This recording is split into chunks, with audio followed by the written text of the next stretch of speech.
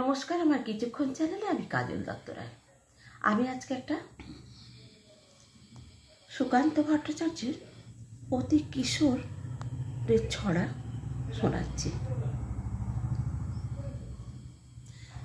তোমরা আমায় নিন্দে করে দাও না যতই গালি, আমি কিন্তু মাখছি আমার গালেতে চুনকালি।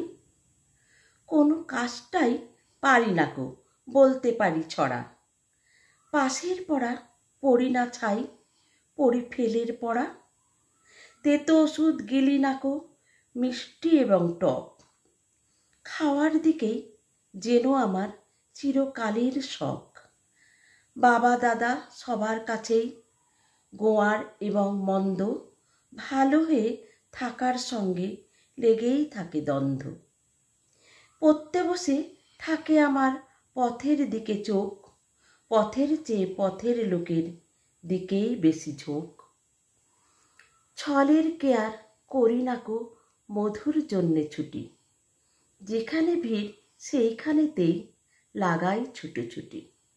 পণ্ডিত এবং বিজ্ঞজনের দেখলে মাথা নাড়া, ভাবি উপদেশের সাড়ে করলে বুঝি তারা।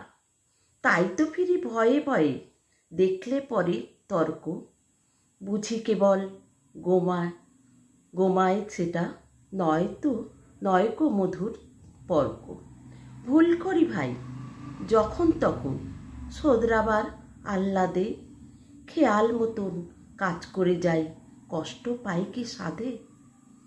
সোজাসুজি যা হয় বুঝি, হায় অদৃষ্ট চক্র, আমার কথা বোঝে না কেউ, পৃথিবীটাই বক্র।